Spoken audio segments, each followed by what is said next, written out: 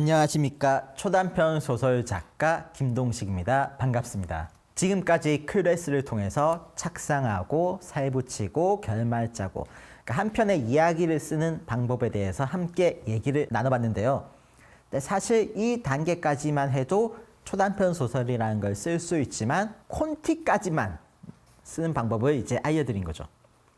콘티까지만 쓰는 방법을 알려드려도 다 이제 알아서 소설을 쓰시는 분들도 계시지만 평생 소설이란 장르를 안 써보신 분들은 그런 걸 물으세요. 그럼 문장 어떻게 쓰는 거예요?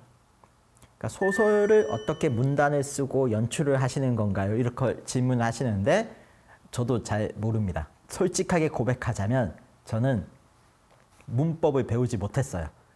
그래서 문법은 모르고 특히 또 문장력이 좋은 작가도 아니에요. 문장력, 문법 쓰는 방법에 대한 건 진짜 문학적인 그 배움의 영역인데 좋은 것은 요즘은 시대가 좋아져서 검색하면 다 나와요. 저도 검색으로 해결했거든요.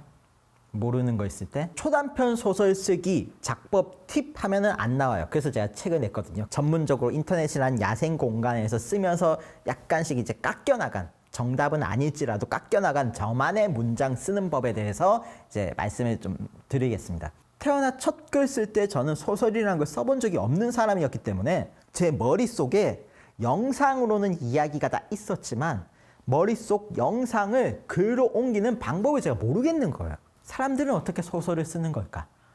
너무 몰라서 제가 그때 어떻게 했냐면은 지식인의 글 쓰는 방법을 검색해 봤어요. 어떻게 쓰는가 해서. 그 내공 100 해서 이제 검색해 봤더니 지식인 분들이 친절히 알려주시더라고요. 글 쓰는 방법을. 그때 알려주신 게 글은 기승전결이 써야 된다. 쉽고 간결하게 써라. 이 점점점 너무 많이 찍지 마라. 없어 보인다. 그러나 하지만 이런 접속사 최대한 줄여라. 그러니까 온갖 팁을 막 주시길래 소설은 이렇게 쓰는 건가 하고 정말 첫 글을 아무 그냥 계획 없이 막 써서 올렸거든요. 첫 글은 그렇게 올렸지만 그렇게 계속 이제 깎아가면서 이제 발전해 나갔는데 하다 보면은 가장 크게 느껴지는 게 인터넷 환경은 단문이 대세이다. 그러니까 간결한 단문이 정말 대세더라고요. 어디선가 많이 들은 얘기로는 스마트폰의 등장 이후로 이게 장문보다 단문이 대세가 됐다고 하시더라고요. 사람들이 빽빽한 글을 안 좋아하시고 또 긴 글도 안 좋아하세요. 세 줄 요약이 미덕인 시대니까 정말 최대한 간결하고 직설적인 단문이 지금 유행하고 있는 대세의 흐름이라고 생각을 합니다. 그런 의미에서 초단편은 굉장히 요즘 시대의 흐름을 탄 글쓰기죠. 요즘 사람들이 진짜 텍스트와 친하지 않거든요. 저희는 궁금한 게 있으면 검색창에 검색어를 치는데 이 어린 학생분들은 너튜브에 검색어를 쓰시더라고요. 그러니까 동영상으로 문제를 궁금한 걸 찾으세요. 검색창에 검색어로 치면은 몇 초 만에 내가 이걸 해결할 수 있는 그 궁금증을 동영상 그 몇 분짜리를 보면서 해결한다는 거예요.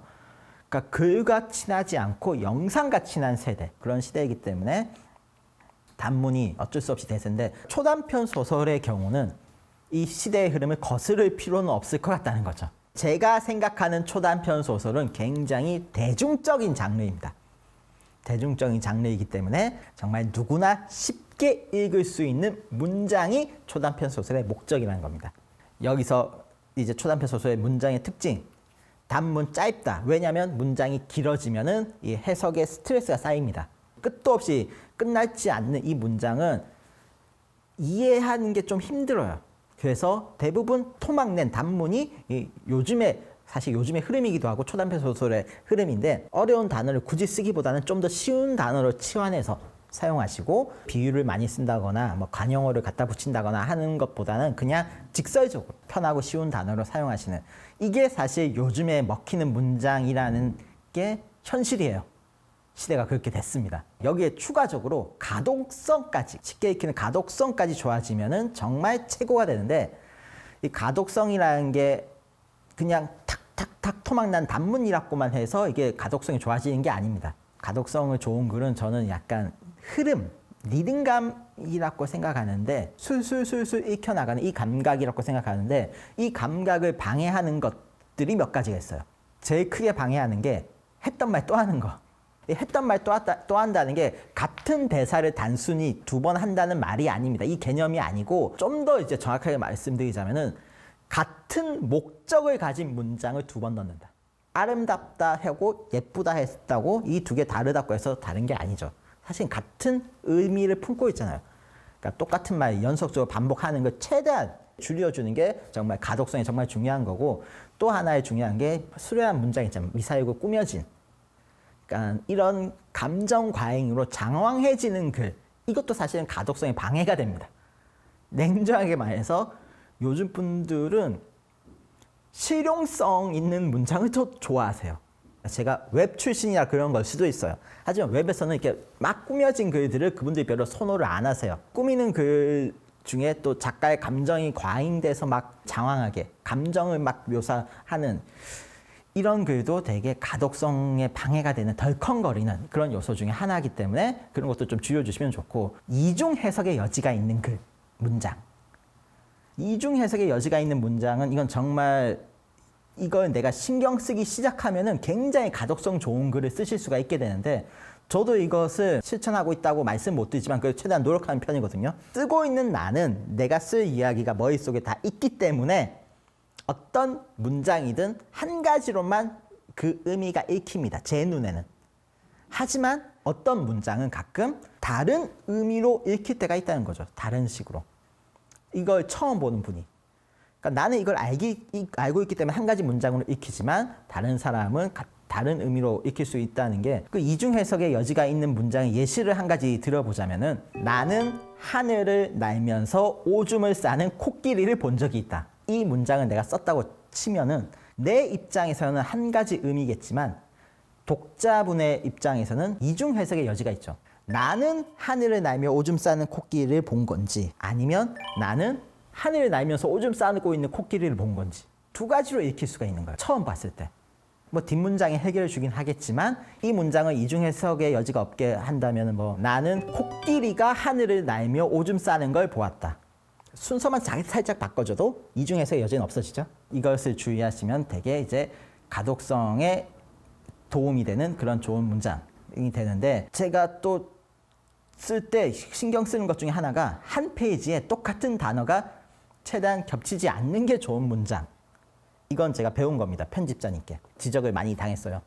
그래서 저는 웬만하면 한 페이지에 똑같은 단어를 잘 안 쓰려고 하는데, 똑같은 단어를 안 쓰고 싶을 때는 인터넷으로 단어를 검색하면 그 비슷한 유의로 많이 뜨거든요.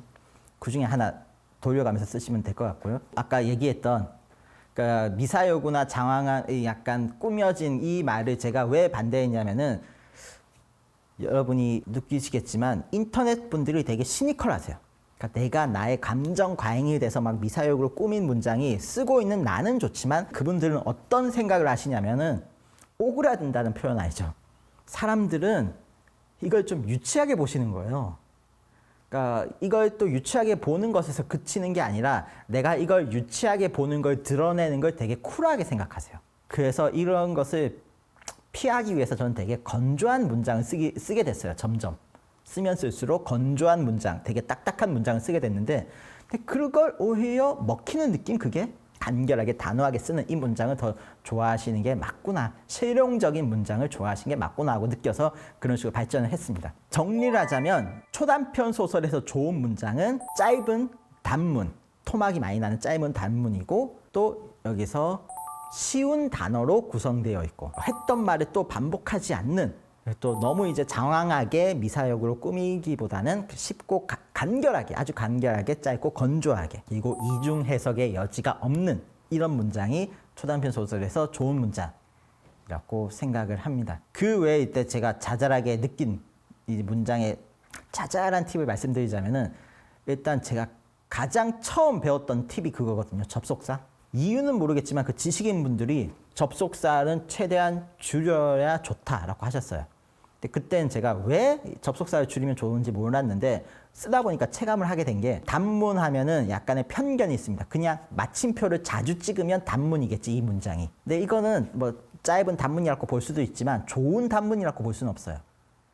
어떤 식으로 쓰시는 분이 계시냐면, 주인공은 어디서 달려갔다. 그러나 멈춰야만 했다. 하지만 그게 어떻게 됐을까? 그러므로 주인공, 그러니까 접속사로 마침표 찍고 접속사, 마침표 찍고 접속사 이런 식으로 그냥 줄줄이 사탕처럼 막 이어가시는 이런 문장이 있거든요. 근데 이거 좋은 단문이 아닙니다. 좋은 단문은 접속사가 빠져도 다음 문장이 나왔을 때 전혀 어색하지 않게 읽히는 글. 접속사의 도움 없이도 어색하지 않게 읽힐 수 있는 문장. 이런 식으로 글을 쓰는 단문이 되게 좋은 단문이거든요. 가독성도 좋고 집중도 되게 잘 되고.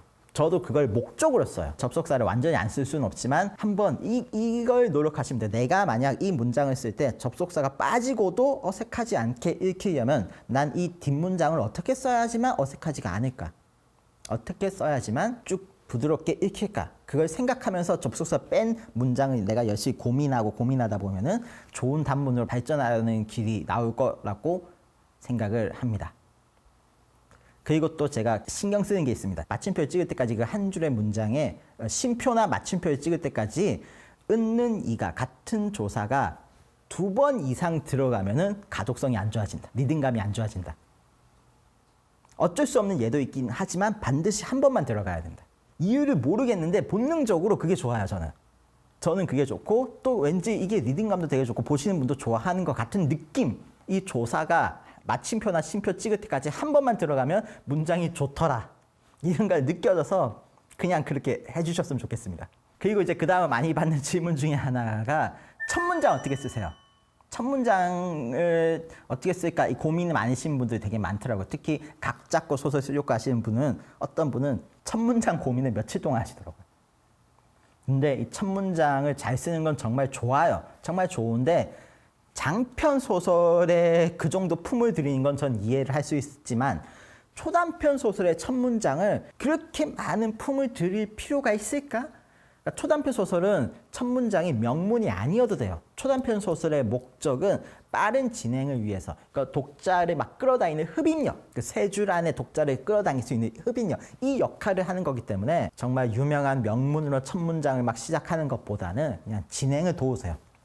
이야기의 진행을 설명해 주시고. 그래서 제가 가장 자주 쓰는 첫 문장의 형태가 뭘까 하고 봤을 때 대사로 시작하는 경우가 저는 정말 많더라고요. 주인공의 대사로 너 나한테 돈 언제 갚을 거야? 라는 식으로 해서 상황이 독자 입장에서 상황이 바로 파악되죠. 아, 돈을 못 받고 있는 주인공이구나. 그러니까 대사로 시작하는 경우가 정말 많았고 아니면은 캐릭터가 어떤 행동을 하고 있는 상황과 배경을 뭉뚱그려서 설명하는 첫 문장 많습니다.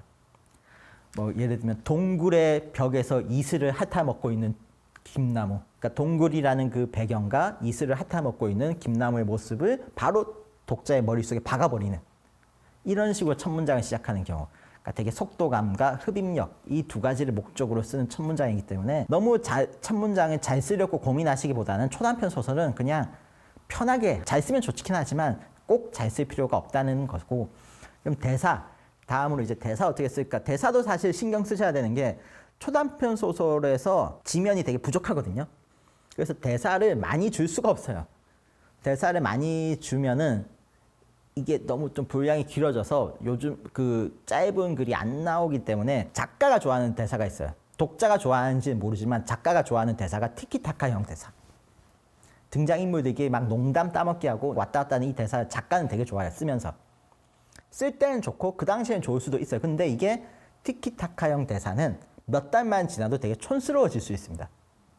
시성을 되게 많이 타요. 초단편 소설은 지면을 아껴 써야 되기 때문에 대사는 그냥 대사로만 존재하는 것보다 대사이자 이 서술에 대한 도움을 주는 존재로 세계관을 설정해서 이야기를 진행해 나간다고 했을 때 이 세계관을 설명하는 게 굉장히 처음에 막 집중해서 설명만 하고 있으면 늘어지잖아요. 서술로 계속 설명하면 되게 늘어지지만 그 서술 사이사이에 캐릭터가 그 설명을 보조해주면은 캐릭터가 대사를 하고 있는 그 장면이 머릿속에 들어오기 때문에 좀 덜 지루하는 거죠. 네, 설명 부분은 지루할 수밖에 없지만 덜 지루하게 진행할 수가 있는 거죠. 이 소설의 설정을 설명해주는 추가적인 요소로 쓰이거나 이 대사로 인해 주인공의 감정을 드러내는 이 정도로만 사용하는 게 가장 알찬 활용법이라고 생각을 합니다. 또 하나는 대사를 제가 일부러 끼워 넣을 때는 있어요. 그러니까 서술만 계속 이어지면은 독자 입장에서 약간 문에 스트레스가 오시거든요. 답답하고 너무 길게 쭉 문장만 이어지면. 근데 그 사이 한 틈에 쉼표의 역할을 하는 대사에 넣을 때가 있어요. 빽빽한 서술이 한 5줄쯤 왔을 때 캐릭터의 대사, 예를 들면 뭐? 그런 일이 있었어? 한 줄 정도 딱 끼워 넣으면 약간의 그 쉼표가 되거든요. 쉼표의 역할을 한번 넣는 이 정도 느낌? 그러니까 대사는 한 이 큰 틀에서는 이 세 가지 역할, 그러니까 설명을 보조해주는 역할, 인물의 감정을 드러내는 역할, 그리고 독자분께서 읽으실 때 한번 쉬어갈 수 있는 쉼표의 역할, 이 정도 역할로만 초단편 소설에서는 기능을 합니다. 그건 있습니다. 이거는 작가가 하고 싶은 말이 있잖아요. 솔직히 작가 입장에서. 그러니까 내가 하고 싶은 말이 꼭 있을 때 캐릭터의 입을 빌어서 한번 써먹을 수 있어요. 작가의 즐거움이죠. 그 정도 한두 줄 정도. 그래서 어떤 소설을 보면은 작가가 하고 싶은 이야기가 그 대사 한 줄이었구나 하는 느낌이 오는 게 있거든요. 그러니까 그 정도는 작가에게 주어줘도 될 것 같아요. 문장을 쓰는, 대사를 쓰는 이것에 대해서 말씀드렸는데 어떻게 글 쓸지 막막했을 때 저는 이런 느낌으로 썼습니다. 나는 영화의 감독이고 내가 찍을 장면을 배우에게 설명해주는 느낌. 그러니까 주인공 여기서 엎어질 뻔하다가 벌떡 일어나서 달려가 종을 집어든다. 지문이죠. 그러니까 이 배우에게 설명해주는 이런 느낌으로 썼거든요. 제 글에 대한 그 평가 중에 초창기에 그런 게 있었어요. 야, 머릿속으로 영상이 펼쳐진다. 영화를 보는 것 같은 문장이다. 만화를 보는 것 같은 문장이다. 이런 말씀을 이제 제가 후기에서 많이 봤었거든요. 머릿속으로 상상이 잘 된다. 왜 이분들은 머릿속으로 상상이 잘 되는가 했을 때 제가 시나리오 지문처럼 써서 이런 느낌을 쓰니까 일단 소설은 나오긴 하더라고요. 거기서부터 이제 점점 자신만의 이제 스타일로 발전해 나가시면 될 것 같습니다. 11강에서 이제 초단편 소설에서 어울리는 문장에 대해서 이제 함께 알아보았는데요. 이제 마지막 12강. 12강에서 제가 정말 드리고 싶었던 아주 사소하지만 의외로 꿀일 수 있는 이 사소한 조언들로 여러분과 함께 하겠습니다. 12강에서 뵙겠습니다.